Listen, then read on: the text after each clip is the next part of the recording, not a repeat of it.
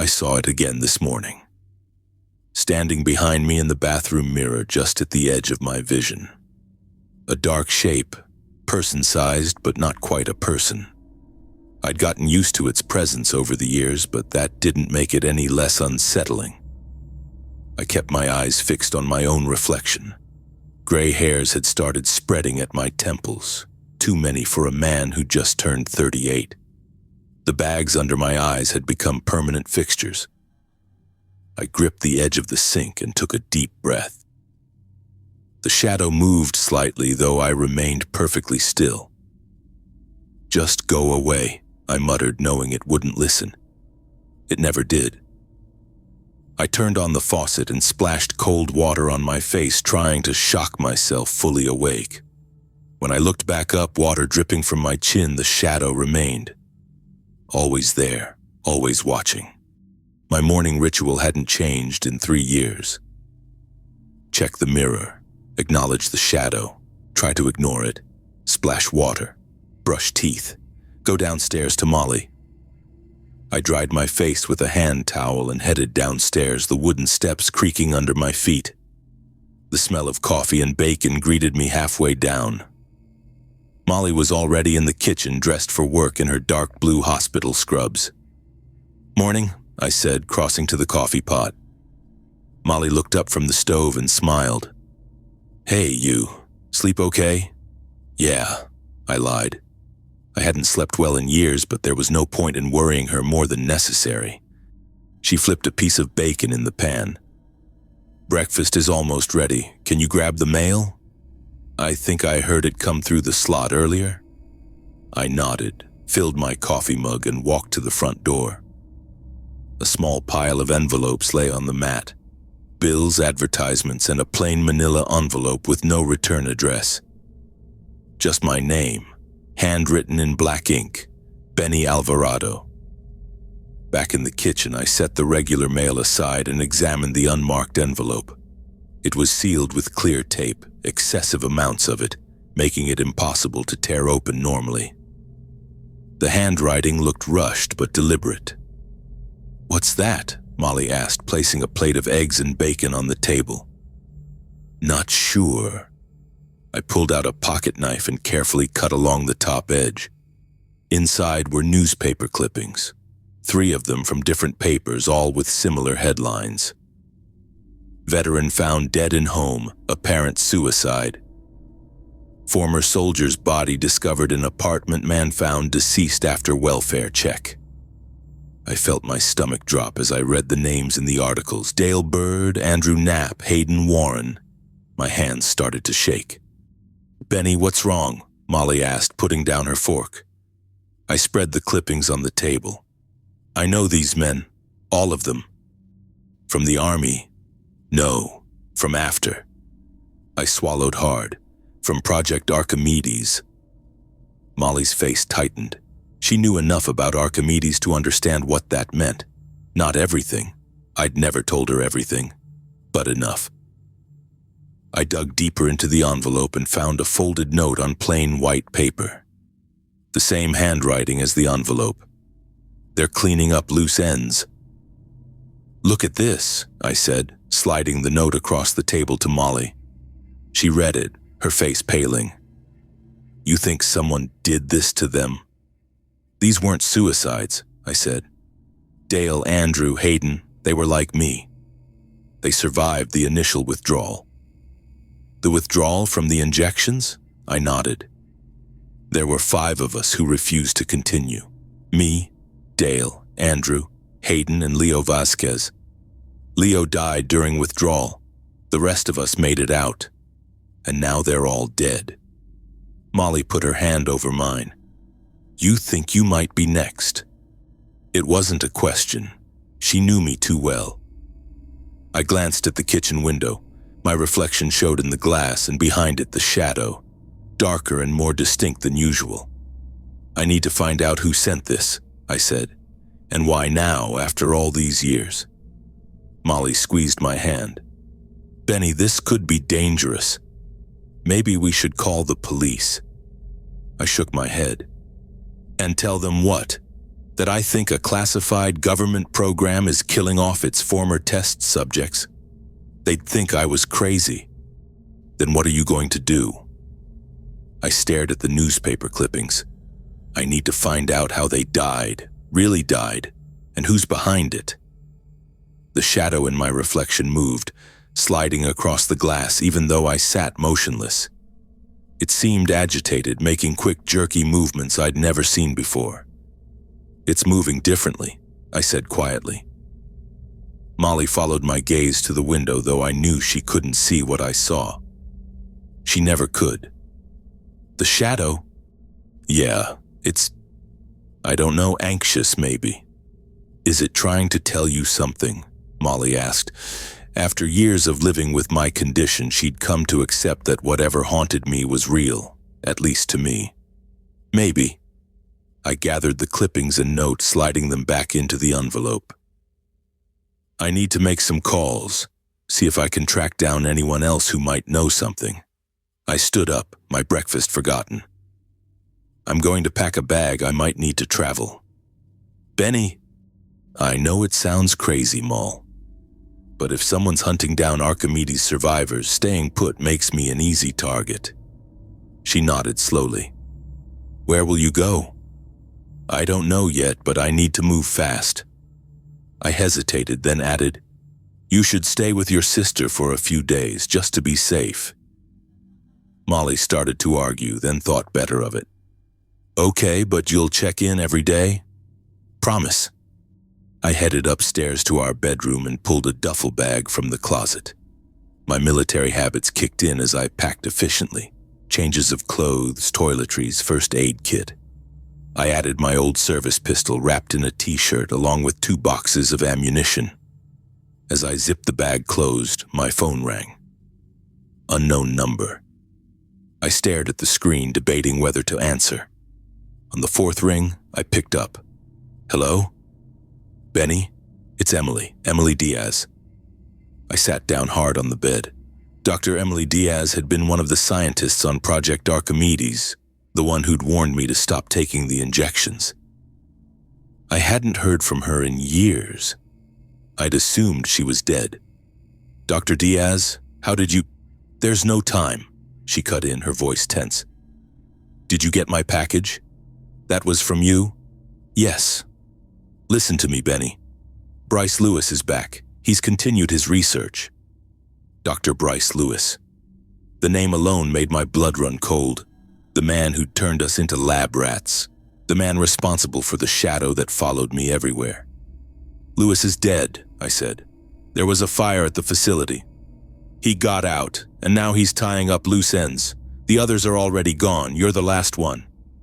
I pulled into the gravel lot of the Starlight Diner, my tires crunching over weeds that had pushed through the cracked pavement. The place looked like it had been closed for years. Paint peeling off the metal siding, windows dulled with grime, and a sign with half its letters missing. Perfect for a meeting nobody was supposed to know about. I parked around back where my car wouldn't be visible from the road and sat for a minute, checking my surroundings. No other vehicles in sight. I pulled out my phone and saw a text from Emily. "Inside, back booth." The message had come through 10 minutes ago. The side door was propped open with a brick. I pushed it wider and stepped into what used to be the kitchen. The smell hit me first. Musty air mixed with old grease that had soaked into every surface. My hand instinctively moved toward the small of my back where my service pistol rested under my jacket. I moved through the kitchen quietly, stepping over fallen ceiling tiles and around an overturned prep table. Through the service window, I spotted her sitting in the last booth, her back to the wall, facing both the front and rear entrances. Emily Diaz looked older than when I'd last seen her 5 years ago. Her hair was pulled back in the same practical style, but streaks of gray now ran through the black. Her glasses were different, cheaper looking, like she'd grabbed whatever was available. She wore a plain gray sweatshirt that looked 2 sizes too big. She jumped when I stepped into the dining area, her hand darting into her bag before recognition crossed her face. "Benny," she said, her voice tight. "Emily." I slid into the booth across from her, keeping my back to the wall on my side. "Thanks for reaching out. I wasn't sure if you'd come." Her eyes kept drifting to the window, scanning the empty parking lot. "You sent me a package full of dead friends. Kind of hard to ignore." She winced. "I'm sorry about that. I needed you to understand the seriousness of the situation." "How long have you been watching me?" "I haven't been." Emily pulled her bag closer. "I've been moving around, staying off the grid, but I keep tabs on everyone from the program. Or I tried to." I studied her face. The dark circles under her eyes told me she hadn't slept well in a long time. Her fingernails were bitten to the quick. Emily reached into her bag and pulled out a manila folder, sliding it across the table. "He's been operating with private funding for the past 3 years." I opened the folder. Inside were photocopies of documents with official letterheads and security classifications. Project Nexus Evolution, proprietary research summaries, budget reports with redacted sections. What am I looking at? "Project Archimedes Reborn," Emily said. "New name, new facility, same research. They're calling it Nexus Evolution now." I flipped through the pages, my stomach knotting. "Who's funding this?" "A consortium of private military contractors." Emily tapped one document with a heavily redacted header. "They saw potential in what we were doing. The military pulled out after the incidents. But these people don't have the same ethical concerns." "Ethical concerns?" I couldn't keep the edge from my voice. "Is that what you call what happened to us?" Emily looked down. "I know what we did was wrong. It's why I warned you." The shadow in my peripheral vision grew darker, more defined. It had followed me from the car, staying just at the edge of my sight. Now it seemed to stretch along the wall beside me, its outline sharper than usual. "Why is he killing us now?" I asked. "It's been years." "He's not just killing you." Emily reached for another document. "He's studying you first. The ones who quit the program early are especially valuable to his research." "Valuable how?" "The Nexus compound was designed to create a neural network between soldiers. Share sensory input, tactical awareness, even muscle memory. But you already know that part." I nodded. The shadow people were the first sign it was working. Fragments of other people's consciousness bleeding into your perception. Yes, but what we didn't anticipate was how those fragments would develop once separated from their source. Emily leaned forward. "Lewis believes the fragments aren't just displaced consciousness. They're developing autonomous existence." The shadow beside me shifted, stretching taller up the wall. I felt the hair on my arms rise. "What do you mean, autonomous?" I asked, trying to keep my eyes on Emily and not the darkness creeping at the edge of my vision. "The fragments begin as echoes, reflections of the consciousness they broke away from. But over time, they change, develop, become something else." Emily watched me closely. "You still see yours, don't you?" I hesitated before answering. "Yes." "How often?" "Every day. It's always there in reflective surfaces, mirrors, windows, sometimes even in still water." I swallowed. "It's been getting more present lately, more defined." Emily nodded like I'd confirmed something. "That's consistent with Lewis's findings. The longer the fragments exist, the more they solidify. Can it be reversed?" The question came out more desperate than I intended. Emily opened her mouth to answer but stopped, her eyes suddenly widening as she looked past me toward the front of the diner. The window exploded inward in a spray of glass. I dived across the table, grabbing Emily and pulling her to the floor as bullets tore through the booth above us. The sound was deafening in the empty diner, wood splintering and metal pinging as rounds hit the tables and old kitchen equipment. "Back door!" I shouted, keeping my head down as I pulled my gun from its holster. We crawled between booths, staying low as more shots came through the windows. I risked a quick look up and saw dark figures moving outside, a tactical team in black gear surrounding the building. "How did they find us?" Emily gasped as we reached the kitchen. "Questions later," I said, pushing her toward the door I'd come through. "You go first. I'll cover." She grabbed my arm before I could turn away.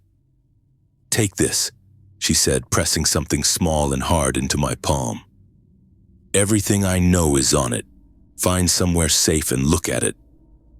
I looked down at a small black flash drive. When I looked back up, Emily was already moving toward the exit. More gunfire erupted, this time from the back of the building. Emily froze in the doorway.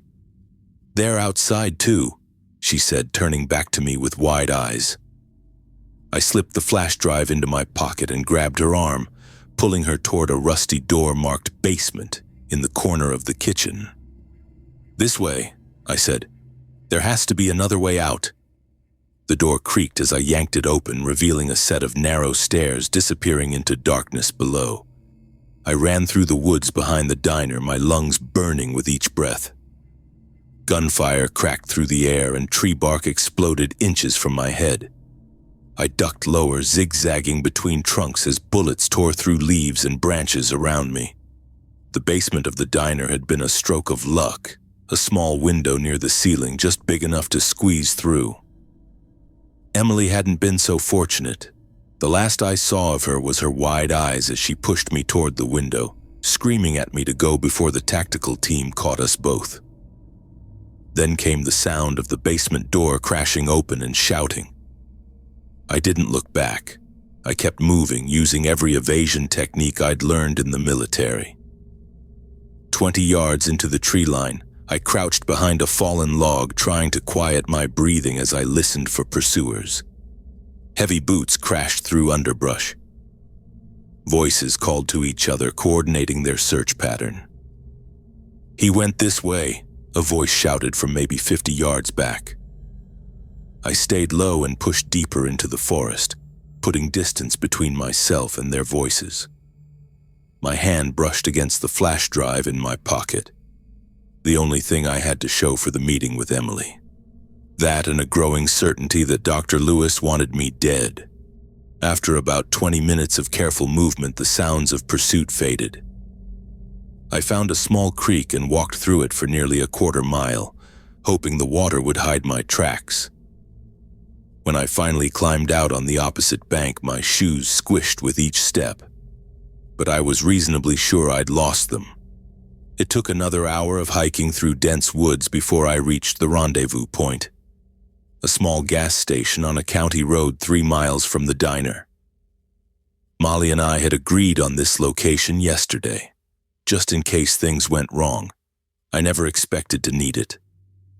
I spotted our car parked at the far end of the lot. Molly sat inside, her hands gripping the steering wheel, eyes constantly checking the mirrors.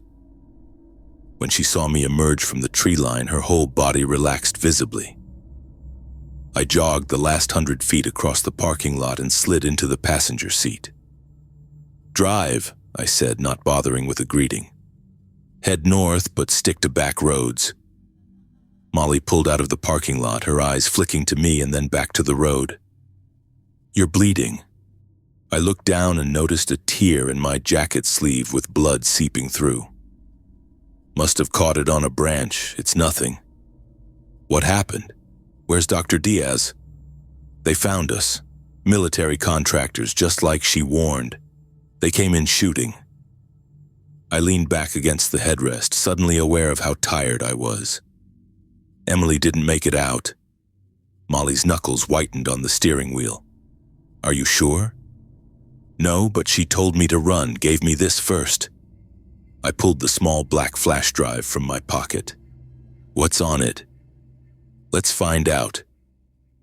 I took out my laptop from the bag Molly had packed in the car.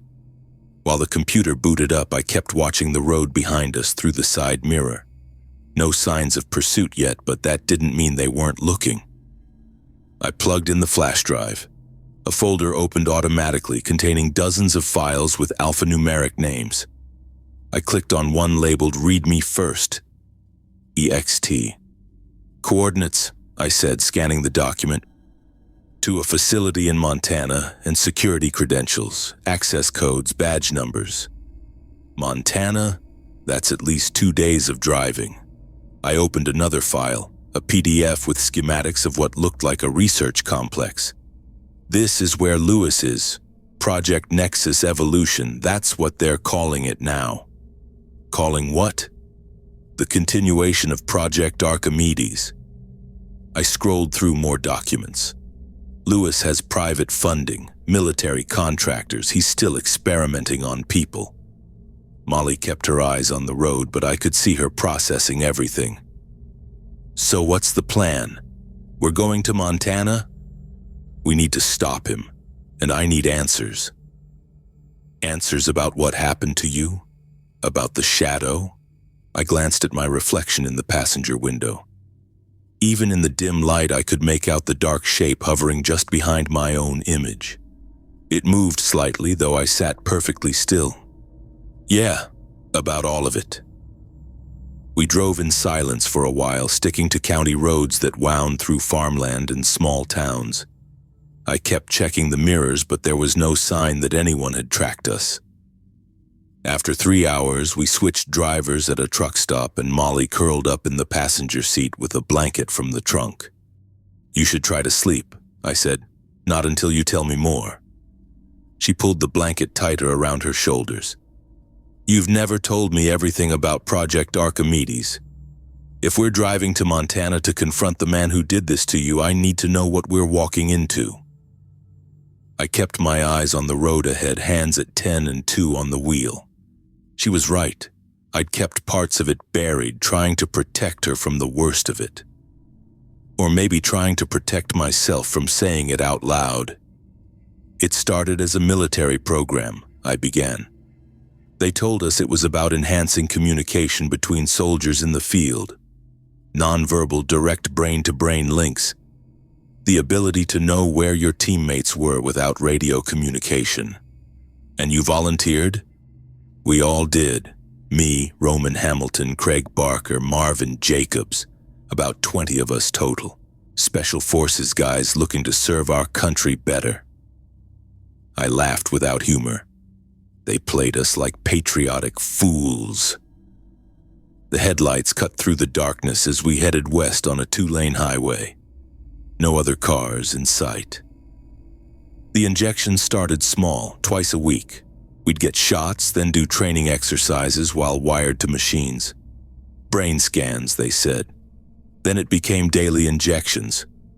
The side effects started: headaches, nausea, weird dreams, but also results. What kind of results? I'd be running drills with Roman, and I'd just know which way he was going to move. We all started to sense each other's positions, even blindfolded. It was working. That sounds impressive. It was, until it wasn't. I gripped the steering wheel tighter. About 6 weeks in, the shadows started appearing. Just glimpses at first, in mirrors or reflective surfaces. Dark shapes that moved when we didn't. Lewis said it was normal. Visual manifestations of the neural connection. He said they'd fade as our brains adjusted. Molly turned to look at me. But they didn't fade. No, they got stronger. And then guys started breaking down. Marvin was the first. He couldn't sleep because his shadow would pace all night. Then Craig lost chunks of his memory. Would wake up in places with no idea how he got there. And Roman? Molly asked quietly. I swallowed hard. This was the part I'd never fully told her. Roman was my best friend in the unit. Smart, funny guy from Chicago. We went through selection together. I paused, collecting myself. After about 8 weeks of injections, he changed. It was subtle at first. He got quieter, more focused. Then he stopped laughing at jokes, stopped making small talk. By week 10, he barely spoke unless spoken to. The injections changed his personality. They erased it. The doctor said he was showing optimal integration. Lewis was thrilled, said Roman was the first successful case. I shook my head at the memory. But Roman wasn't there anymore. His eyes, they were empty. He'd follow orders perfectly, moved like a machine. His test scores were off the charts. Accuracy, reaction time, everything, but he stopped being human. What do you mean? He killed 3 other soldiers during a training exercise. Just executed them when they got in his way.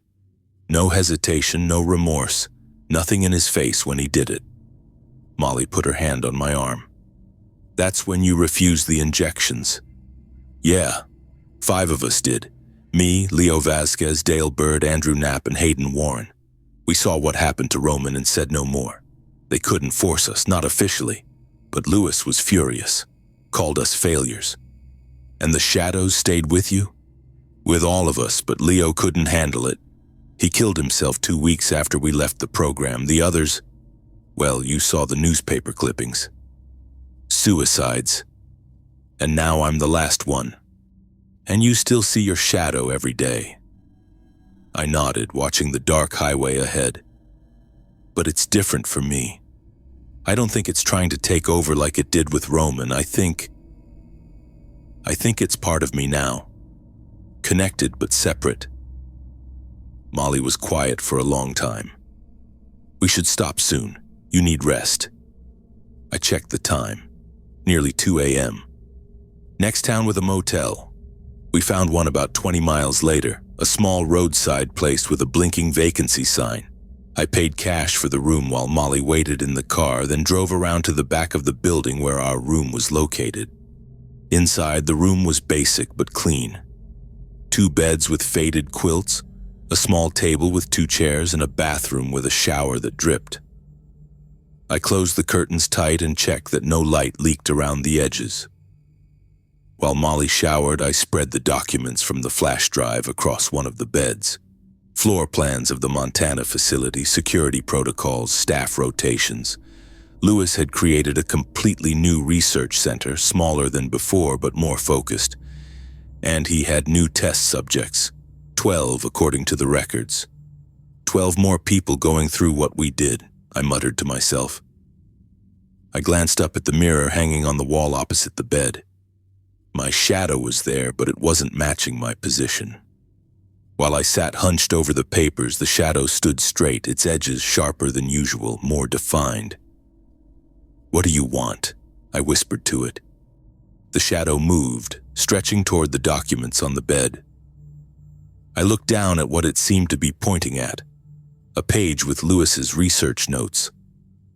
"Subject compatibility remains the key factor in successful integration," I read aloud. "Neural mapping shows that rejection occurs when the host consciousness actively resists the secondary presence." I looked back at the mirror.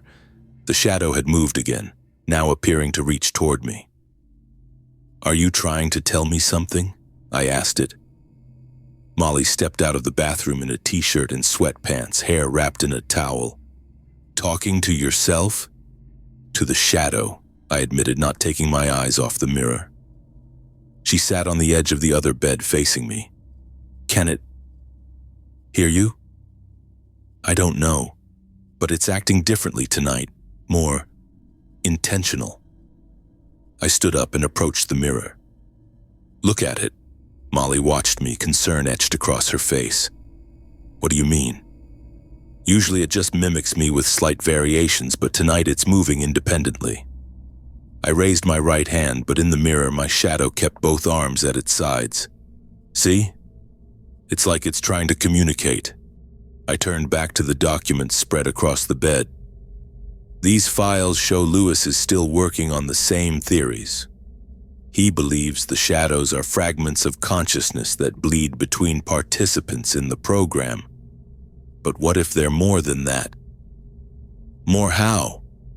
Molly sat forward, pulling the towel from her hair. I picked up a page with brain scan images. Roman's shadow took him over completely.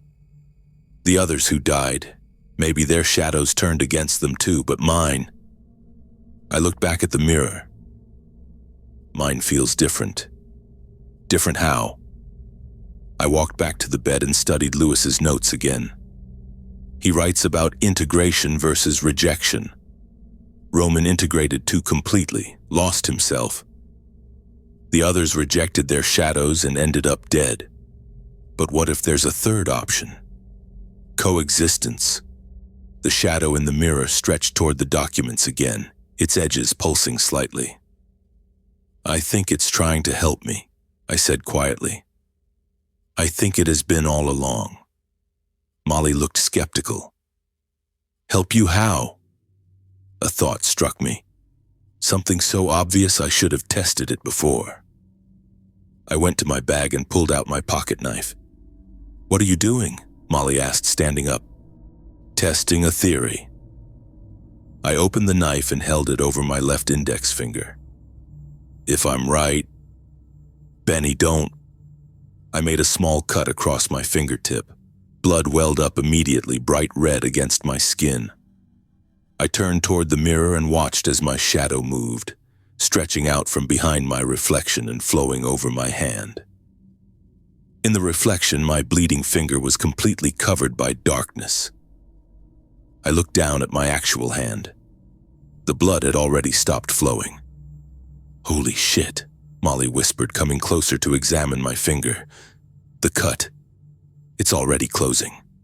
I stared at the mirror, where my shadow had returned to its normal position behind me, though it seemed somehow more solid than before. It's not just some fragment of consciousness from the program, I said, wiping the remaining blood off my finger. It's protecting me. Maybe that's why I'm still alive when the others are dead. Molly touched my arm gently. If you're right, then what does that mean for stopping Lewis? I looked back at the facility plans spread across the bed, then at my reflection in the mirror. My shadow seemed to be watching me, waiting. It means I have something Lewis doesn't understand, a connection he can't control. I turned to face Molly directly. And I need to use it to stop him before he destroys more lives. The access card Emily gave me worked on the first try. The reinforced door clicked, its electronic lock turning green as I pressed the plastic badge against the scanner. I pushed through into a brightly lit hallway that smelled of antiseptic and recycled air. I paused just inside, letting the door close silently behind me. The corridor stretched ahead, white and empty, with recessed lighting that left no shadows on the polished floor. I tucked Emily's ID card back into my jacket pocket and took a careful breath. According to the facility schematics I'd memorized from her flash drive, the main research wing was 3 floors down. My watch read 2:37 a.m. The security rotation Emily had documented showed minimal staffing during these hours. Still, I kept close to the wall as I moved forward, listening for any sound beyond the low hum of the ventilation system. I found the service stairwell exactly where it should have been, at the end of the corridor behind an unmarked door. The stairs were concrete, utilitarian, with metal railings that felt cold under my palm. I started down, my footsteps barely making a sound. With each floor I descended, something inside me changed. My shadow felt different here, more substantial. I could sense it responding to the facility, growing stronger with each step deeper into the compound. When I reached the 3rd sub-level, I stopped at the door and checked my watch again. 2:43 a.m. The next security patrol would pass this section at 3:15. I had time. I eased the door open just enough to peer through. Another white corridor, but this one had doors spaced evenly along both sides, each with small observation windows and electronic locks. Laboratory rooms. The main control center would be at the far end, if the schematics were accurate. I slipped through the door and kept my back to the wall, moving quickly but cautiously. Through the first observation window, I saw empty examination tables and monitoring equipment. The second room held what looked like MRI machines and other scanning equipment. The third room stopped me cold. Through the window I saw people, or what used to be people. 6 beds arranged in a semicircle, each occupied by a motionless figure connected to tubes and monitoring equipment. Their skin looked gray under the blue-tinged lights, and none of them moved, not even to breathe. I checked the electronic nameplate beside the door. Nexus Evolution Phase 1, Subjects. The next room was marked Phase 2 and contained 4 more subjects. These ones were awake, technically. They sat upright on their beds, staring straight ahead with blank expressions. A man in a white lab coat moved among them, checking vitals and making notes on a tablet. I ducked below the window until he moved to the far side of the room. The 5th door was different, heavier, with a reinforced frame and additional security measures.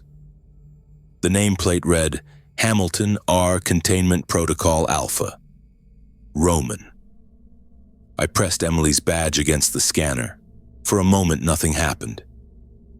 Then the light turned green, and the door slid open with a soft hiss. The room was larger than the others, dominated by a transparent chamber in the center.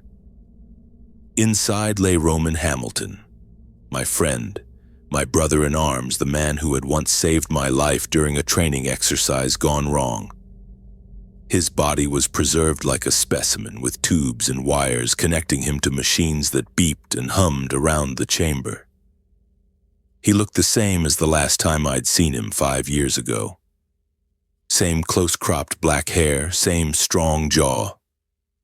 But his eyes were open, staring at nothing, completely vacant. The readouts on the nearest monitor showed brain activity, but it was unlike any EEG pattern I'd ever seen, fragmented with strange bursts of activity followed by flat lines. "I'm sorry," I whispered, placing my hand on the glass. In the reflection, my shadow stretched toward Roman's chamber, darker and more defined than I'd ever seen it. I pulled back, suddenly afraid it might somehow wake him or alert the systems monitoring him. I needed to get to the central computer. Whatever was happening here, the answers would be in Lewis's research data. I turned away from Roman, forcing myself to focus on the mission. The main lab was at the end of the hall, a large space visible through glass walls, filled with workstations and screens displaying data I couldn't make sense of from a distance. The door required both a key card and a numerical code. I tried Emily's card and the 6-digit sequence she'd given me, 279843.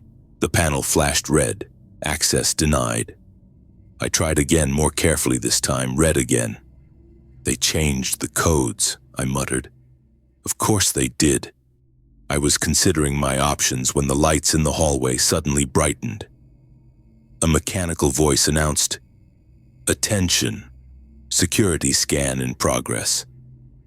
I pressed myself against the wall next to the door, hoping to stay out of sight of whatever cameras might be activating.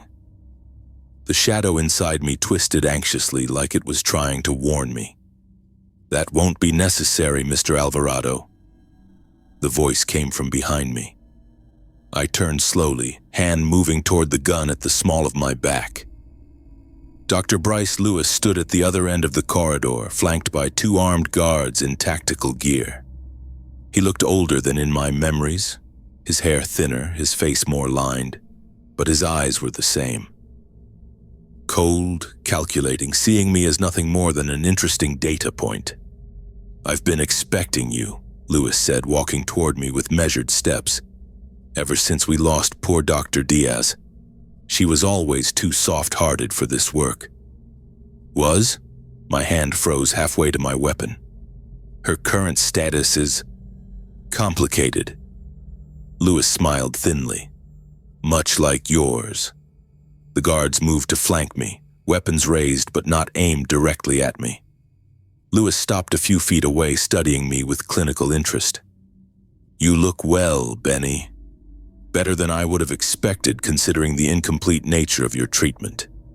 "It wasn't treatment," I said.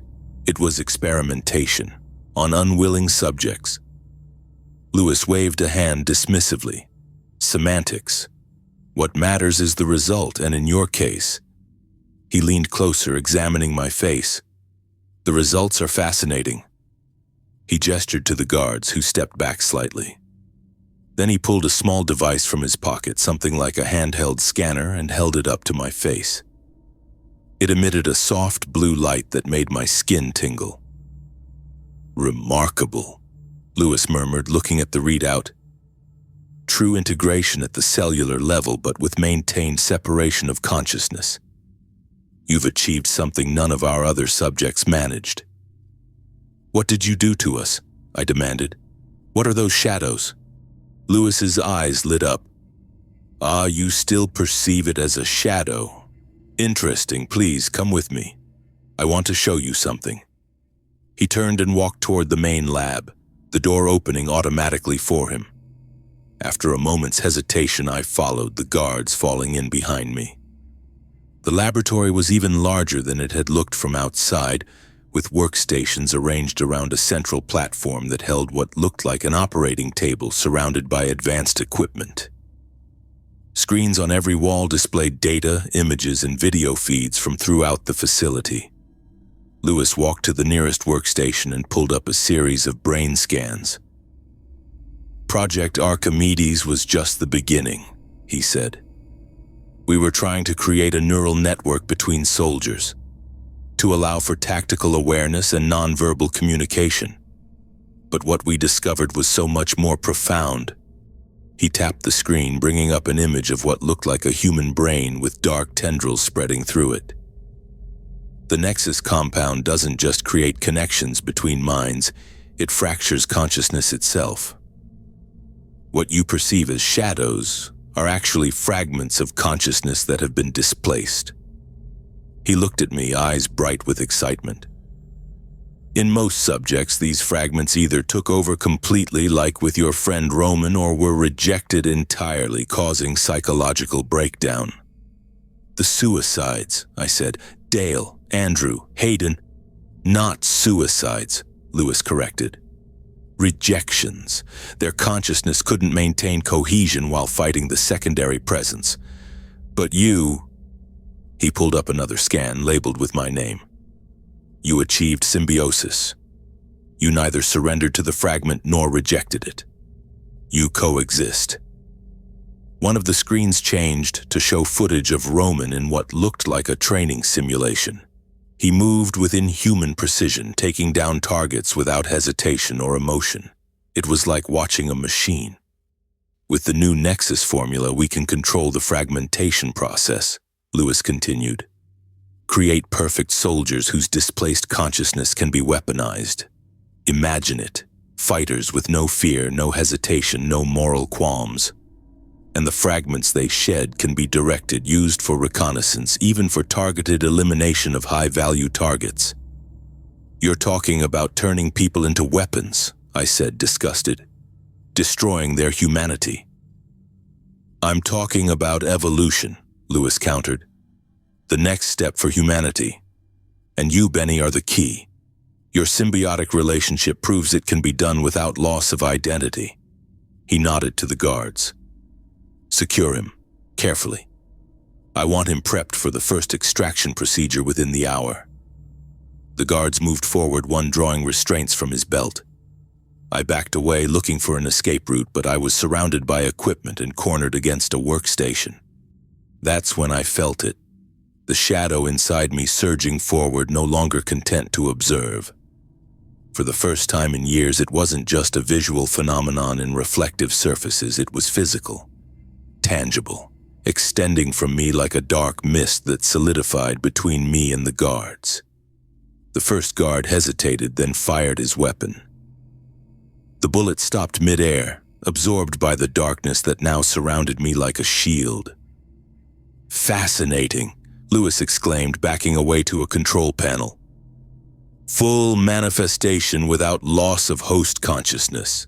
The shadow lashed out, knocking both guards back with enough force to send them crashing into equipment. Alarms began to sound throughout the facility. I turned to Lewis, who was frantically typing commands into the nearest terminal. "It's over, Lewis. This ends now." "On the contrary," he said, not looking up. "This is just the beginning." I lunged toward him, but he was faster than I expected. He grabbed something from a nearby tray, a syringe filled with dark liquid, and held it up like a weapon. "The new formula," he said, backing away from me. "Perfected. Enhanced." We struggled, knocking over equipment as the shadow continued to swirl around us, disorienting the remaining guards who had entered the lab. In the chaos, Lewis did something I never expected. He plunged the syringe into his own neck, depressing the plunger. "Now we'll see," he gasped, eyes wide. "The true potential." His body began to convulse almost immediately. He fell to his knees, clutching at his chest as dark shapes began to tear away from him. Not one shadow, but many ripping free from his form like scraps of darkness being torn from cloth. I backed away, watching in horror as Lewis's consciousness fragmented before my eyes. Each shadow that broke free took shape, becoming a twisted, partial version of Lewis himself, screaming silently as it formed. The facility's emergency lights began to flash. An automated voice announced, "Warning, containment breach in Sector 4. Emergency protocols engaged." I knew what I had to do. I fought my way to the main terminal, pushing past the disoriented guards who seemed unable to see or interact with the shadow fragments now filling the room. My own shadow helped, clearing a path and keeping Lewis's multiplying fragments at bay. The terminal required authorization, but Emily had prepared for this. I pulled the flash drive from my pocket and inserted it into the port. The screen flashed, then displayed a countdown sequence. Facility purge protocol initiated 15 o'clock. Lewis was on the ground now, his body twitching as more fragments tore free from him. His eyes found mine, filled with a mixture of pain and mad excitement. "You can't stop it," he rasped. "The evolution already begun." I turned away from him and ran toward the exit. I had 15 minutes to find any survivors and get out before the facility's self-destruct sequence completed. Behind me, Lewis's fragmented shadows began to spread throughout the lab, searching for new hosts. I opened my eyes to a stark white ceiling, the kind with those little dots that hospitals seem to love. My head felt like someone had stuffed it with cotton. Sunlight came through half-closed blinds, casting stripes across the thin blanket covering me. The steady beep of a heart monitor ticked away somewhere to my left. "Benny?" Molly's voice pulled my attention sideways. She sat in a chair next to the bed, dark circles under her eyes, her auburn hair pulled back in a messy ponytail. When our eyes met, her face lit up with relief.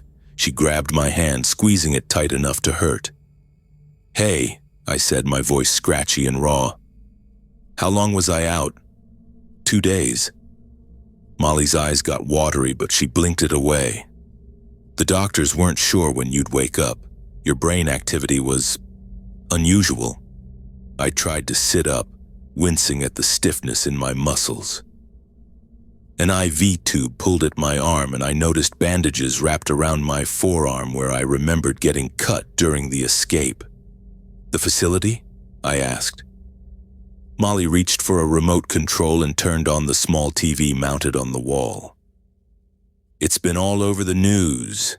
She flipped to a news channel where a reporter stood in front of what looked like a smoking crater, surrounded by emergency vehicles and people in hazmat suits.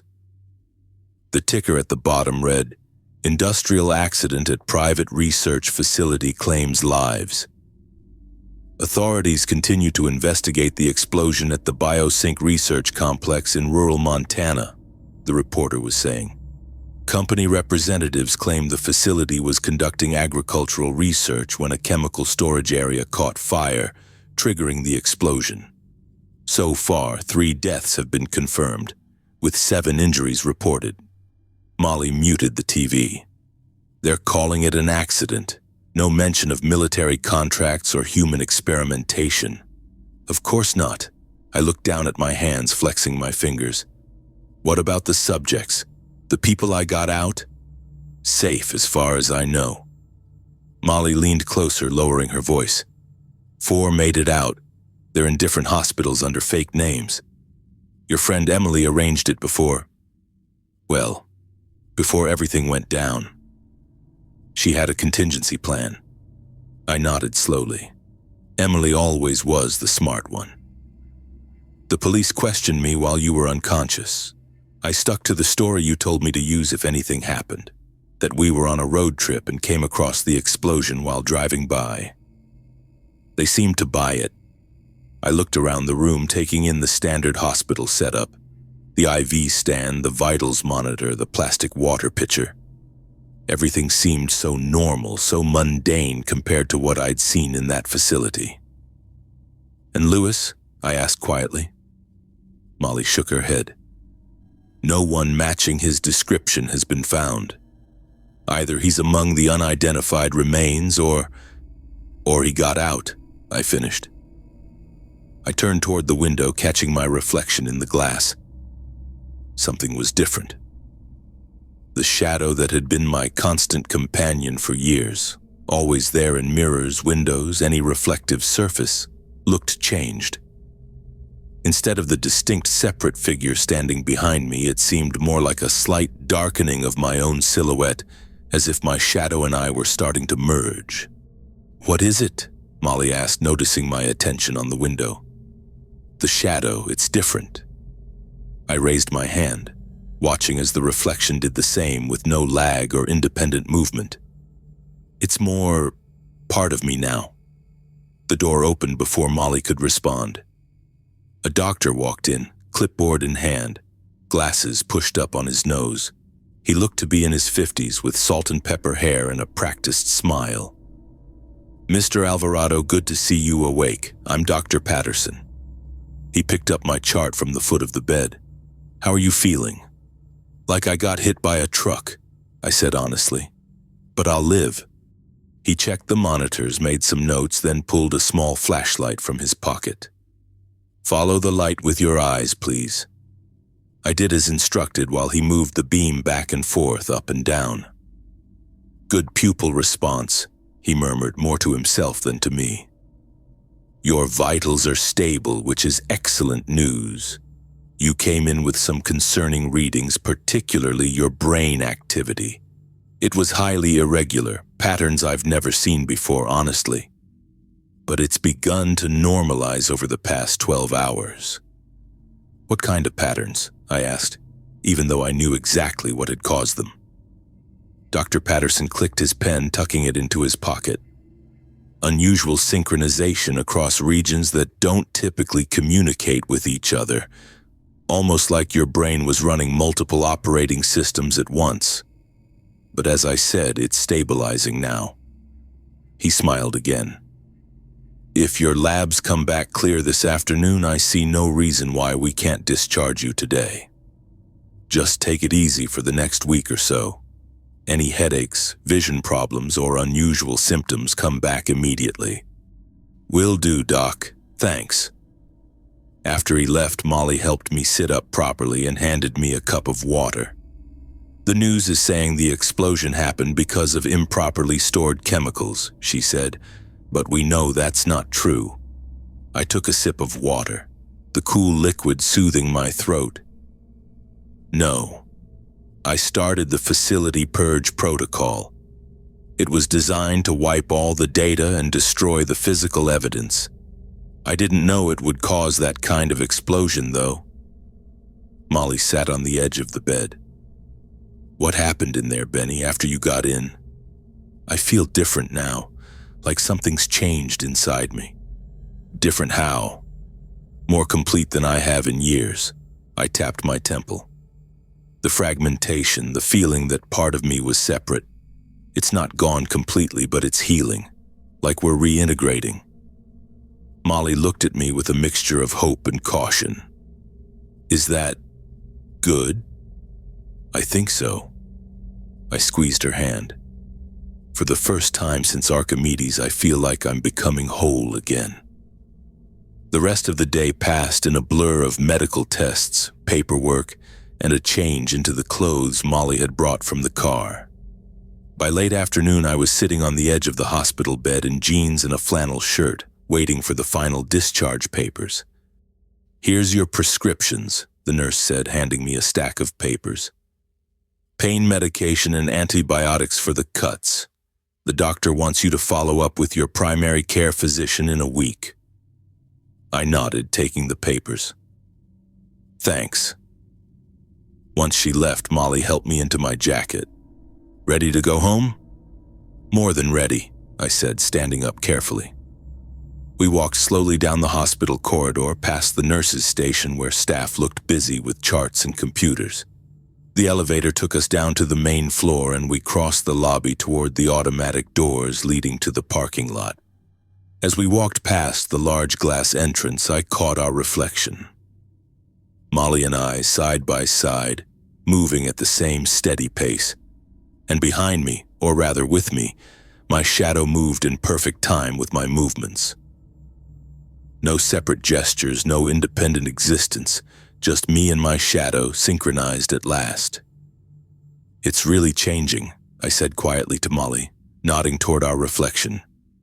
She looked at the glass, then back at me. I can see it too.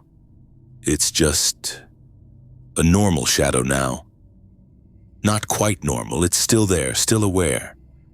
But we're working together now instead of fighting each other. I pushed through the door into the cool afternoon air.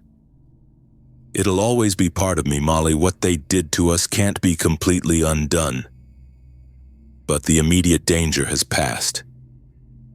The parking lot stretched out before us, rows of cars catching the afternoon sun. Molly led the way to our car, parked in a visitor space near the back. What about the others? She asked as we reached the car. The subjects you helped escape. I leaned against the passenger door for a moment, catching my breath. We need to help them adjust.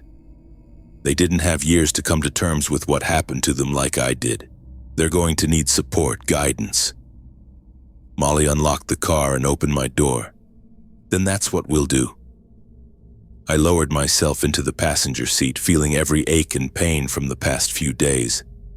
But beneath the physical discomfort was something new, a sense of purpose, of clarity. For years I'd been fighting a war within myself. Now I had a chance to help others find their own peace. As Molly started the car and pulled out of the parking space, I looked at my reflection in the side mirror one last time. My shadow and I moved as one.